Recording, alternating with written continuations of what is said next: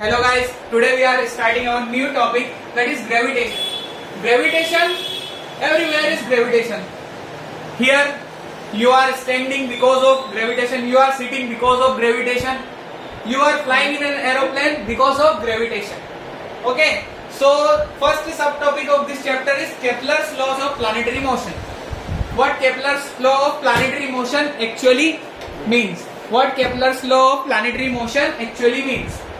So it states that all the planets around Sun, okay, all the planets around Sun revolves in an elliptical orbit at their respective foci, or foci. Anything you can term in according to you. Okay, you can term them as well. So Kepler's law of planetary motion, the first law states that all the planets revolves in an elliptical orbit.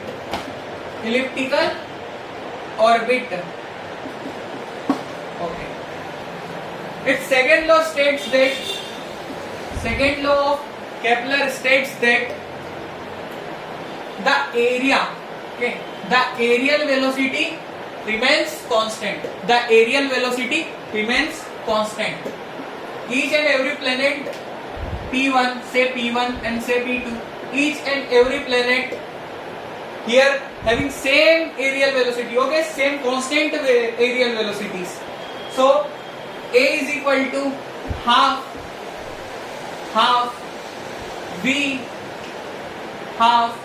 V multiplied by R multiplied by time. Okay.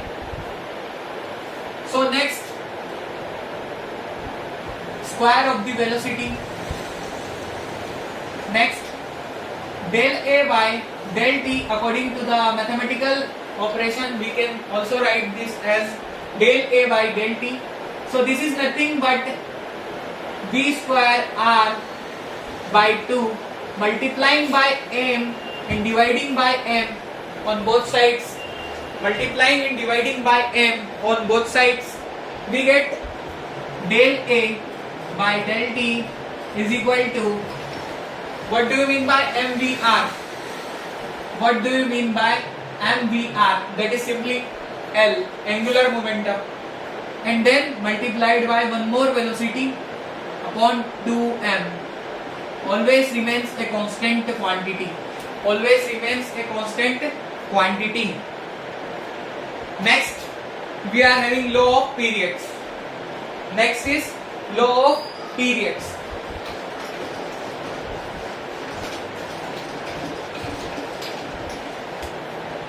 The third law of Kepler, very important law.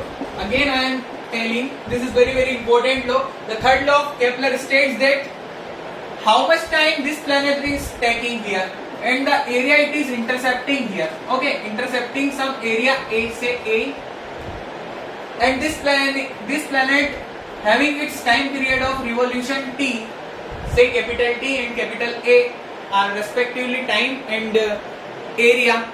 So area, the planet is sweeping this area and in the time interval T. So the square of the time is directly proportional to the cube of the area according to Kepler's law of periods. Law of periods states that the square of the time taken by a planet is directly proportional to cube of the area.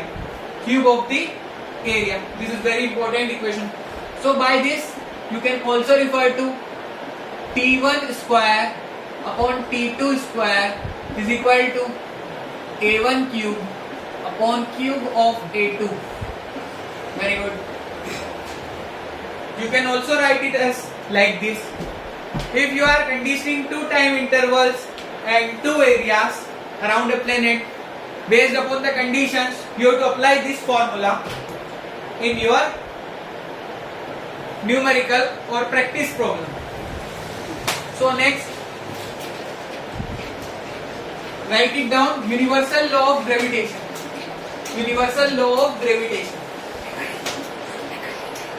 universal law of gravitation. So what universal law of gravitation states? This mass is m1. Again this mass is m2.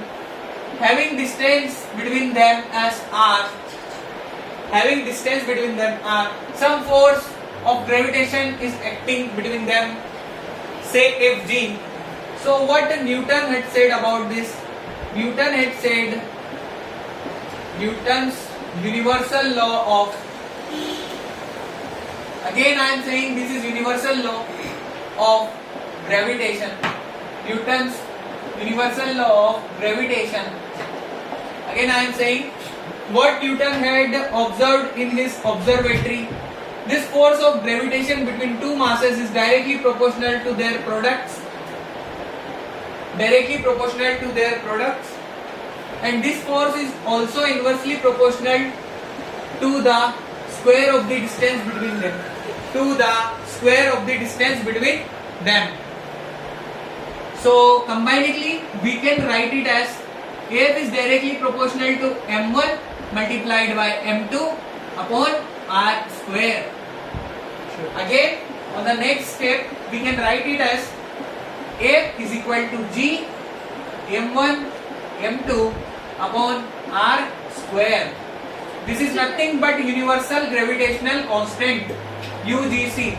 This is UGC, universal gravitational constant. What is the value of this constant? Can anyone say?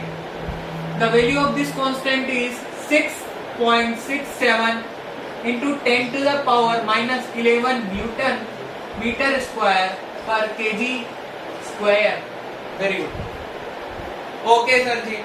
This thing is completed. Again, we have to further move on to our next topic, that is calculation of acceleration due to gravity. There are three cases. The first case is calculation of g at Earth's surface. Then some object is put on Earth's surface. And the second case is when some object is taken to some height h. One object is taken to some height h. Then we have to measure the gravity. Okay, acceleration due to gravity or the gravitational g. Okay, small g value. So acceleration due to gravity is small g. In your smaller classes, earlier in your smaller classes, you heard it about 9.8 meter per second square. 9.8 meter per second square. If some object is falling under the influence of gravity, so this g is applicable. Some mass m is falling under the gravity, so this g is equal to 9.8 meter per second square is applicable for that object to fall down. This acceleration is required to take this object to the surface. Okay. Next we are having what is the force acting on this mass? Say mg. Say mg force. Which force? Weight force. So write it as Fw or F. F is equal to mg. Write it as here. F is equal to mg. Weight force of the object. And secondary earlier said F is equal to G m1 m2 upon r square. Say G capital M small m upon r square. Upon r square. Compute these two equations, equation 1 and equation 2. Compare these two equations. You will get here G is equal to Gm by r square. G is equal to Gm by r square.